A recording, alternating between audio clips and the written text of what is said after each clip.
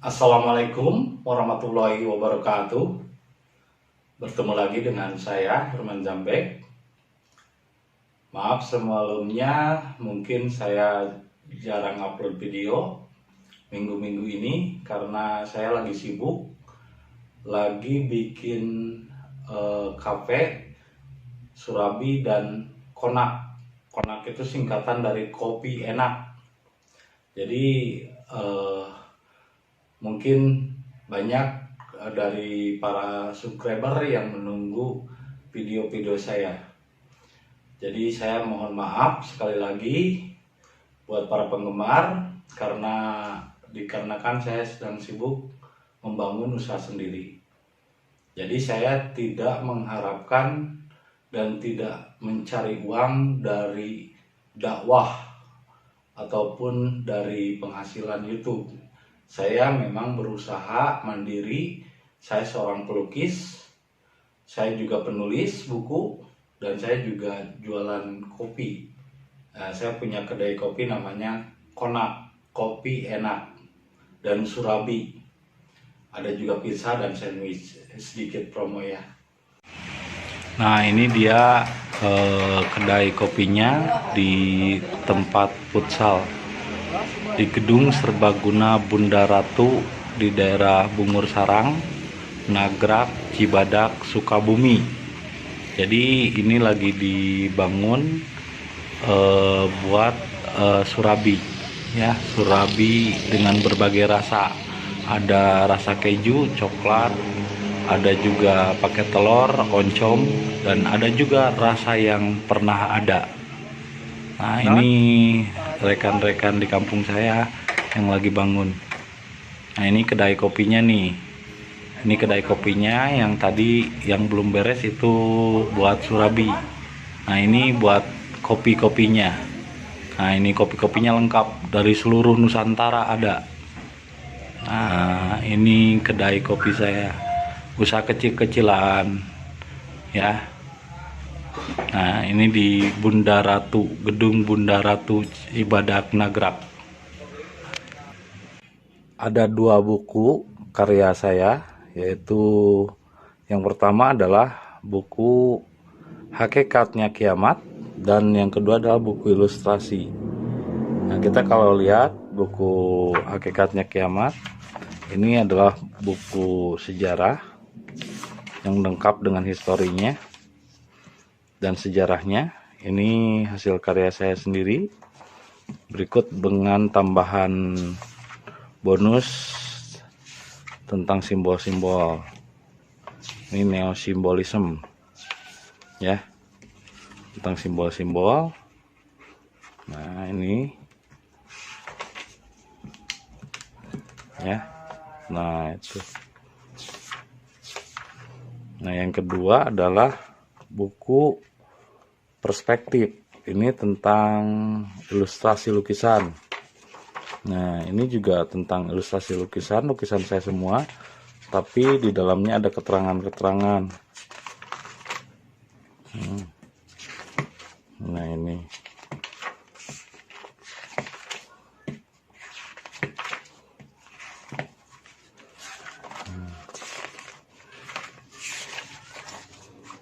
Semuanya berisi dengan lukisan. Ini berisi lukisan, tapi lukisannya saling sambung menyambung satu sama lain ya. Ini juga ada bonusnya, bonus tentang neosimbolisme ya. Nah,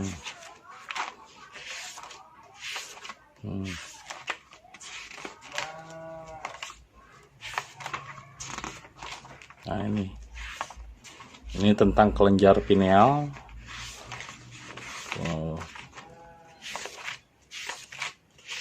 Tuh. Ini semua tentang Adam dan Hawa.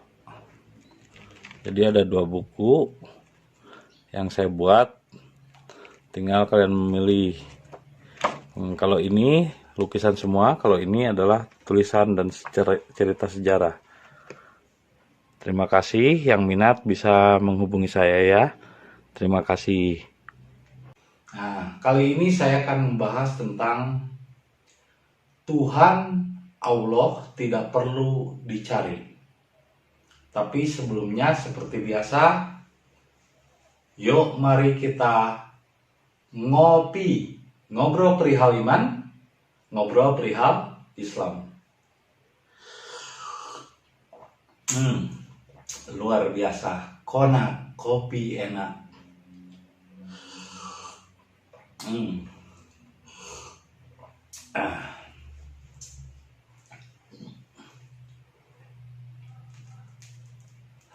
Nah, kenapa saya mengambil konten dan judul yang sedikit ekstrim?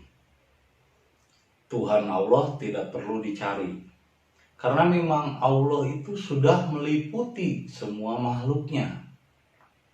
Allah itu sudah meliputi semua ciptaannya, baik yang ada di dalam maupun di luar. Allah meliputi diri kita, di dalam diri yang paling dalam, di luar diri yang paling luar. Allah tidak pernah jauh dari seluruh makhluknya. Bahkan daun kering yang jatuh dari pohon pun Allah tahu, karena Allah meliputi seluruh makhluknya. Itulah yang dalam Islam disebut ahad.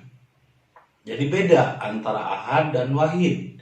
Ahad itu adalah satu kesatuan yang meliputi seluruh makhluknya. Contohnya misalnya listrik. Listrik tidak disebut satuan benda. Karena kalau kita melihat, kita tidak bisa melihat apa itu listrik. Kita tidak melihat, listrik itu tidak terwujud. Yang berwujud itu adalah kabelnya. Dan kabel bukanlah listrik. Kabel adalah media yang menghantarkan listrik. Bukan listriknya itu sendiri. Kalau listrik makanya disebutnya daya, bukan benda. Satuan daya, satuan energi, bukan satuan benda. Jadi ahad itu bukan satuan benda. Allah satu berada di luar diri kita, yang jauh di sana bukan.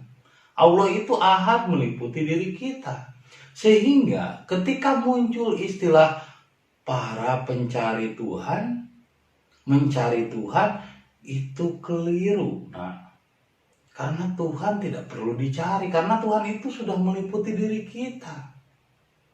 Nah, dicari kemana? Kitanya yang selalu menjauh dari Tuhan, bukan Tuhan yang menjauh dari kita. Tuhan tidak pernah jauh dari manusia. Tuhan tidak pernah jauh dari hambanya. Tuhan tidak pernah jauh dari seluruh makhluk ciptaannya. Tuhan meliputi. Itulah ahad. Seperti listrik mengalir ke dalam kabel. Itulah ahad, bukan satuan benda. Nah, kalau ini bukan ahad, tapi ini wahid. Jadi ada beda kata, wahid dan ahad. Wahid itu adalah satuan benda, satu bungkus misalnya wahid. Ini wahid, satu. Tapi kalau ahad adalah meliputi. Ahad itu adalah satuan daya, satuan energi. Jadi Allah itu meliputi seluruh ciptaannya. Jadi tidak ada istilah mencari Tuhan. Nah, memang Tuhan kayak apa? Kayak peniti, perlu dicari, peniti hilang. Atau kayak jarum, mencari Tuhan itu sama seperti mencari jarum dalam tumpukan jerami. Dalam gunungan tumpukan jerami yang besar, yang banyak, satu gunung, terus jarum jatuh, jarum yang kecil. Itu mencari Tuhan itu seperti itu ibaratnya. Karena Tuhan itu tidak perlu dicari, apalagi dicarinya oleh akal pikiran. Karena akal pikiran ini bukan media untuk bertemu Tuhan, bukan media untuk mencari. Medianya pikiran ini untuk mencari duniawi. Karena dijelaskan di dalam ayatnya pun, tafakur fi khalqillah wala tafakkaru fi datillah. Berpikir itu untuk urusan duniawi. Wala tafakkaru fi datillah, janganlah kamu berpikir ketika hendak mendekatkan diri kepada zat Allah. Jadi wala tafakkaru fi datillah, jangan berpikir kepada zat Allah. Jangan berpikir tentang zat Allah.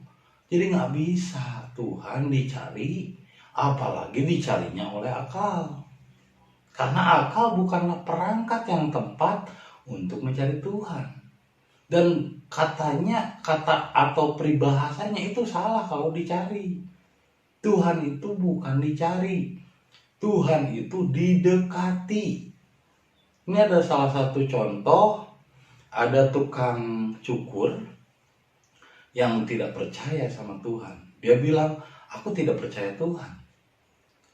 Lah, kenapa tidak percaya Tuhan? Karena katanya Tuhan itu kalau seandainya ada, buktinya di Afghanistan, di Israel, di negara-negara miskin, banyak orang Islam katanya yang tertindas,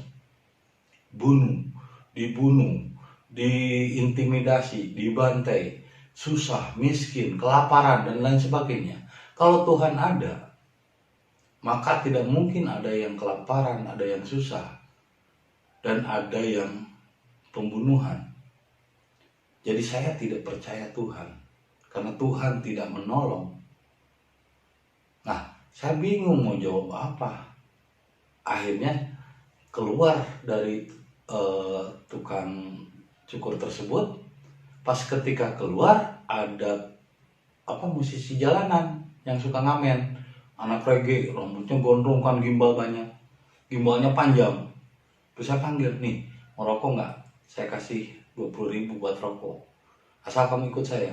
Ikutlah saya yang gimbal itu ke dalam tukang cukur. Saya kembali lagi ke tukang cukur. Saya bilang ke tukang cukur itu tidak ada. Loh, kata tukang cukur, kenapa kamu bilang saya tidak ada? Lah, kamu bilang tadi juga Tuhan tidak ada. Saya bilang sekarang tukang cukur itu tidak ada. Kenapa?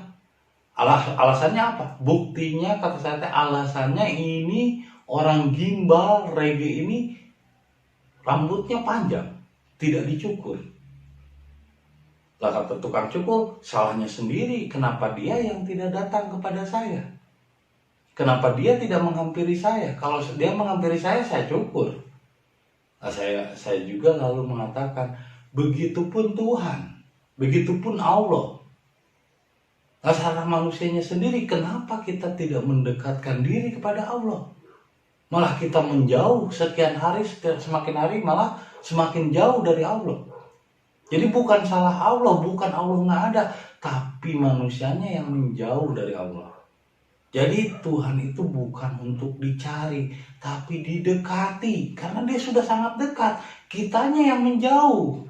Yang membuat kita jauh dari Tuhan adalah pikiran itu sendiri. Kadar pakru ayatunal kufur, kebanyakan berpikir membuat manusia menjadi kufur. Jadi Tuhan itu bukan dicari, Tuhan itu harus didekati, karena pikiran kita sudah membuat kita jauh dari Tuhan. Dan dengan apa didekatinya?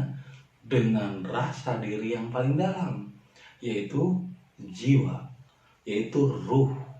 Karena hanya satu-satunya yang bisa berkomunikasi dengan Tuhan adalah ruh.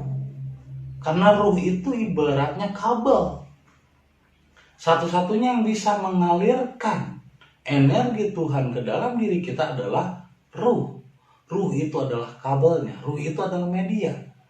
Sementara seperti pikiran, hati, nafsu, semuanya adalah ciptaan. Semuanya adalah makhluk. Sedangkan ruh bukanlah ciptaan Allah. Di ayatnya pun dikatakan, wa nafakhar ruh, dan aku tiupkan ruhku. Jadi ruh itu bukan diciptakan. Ruh itu bukan makhluk. Ruh itu adalah bagian dari Allah yang ditiupkan ke dalam diri manusia yang paling dalam. Bagian dari Allah yang ditiupkan ke dalam tumbuhan yang paling dalam. Karena dalam tumbuhan juga ada ruh.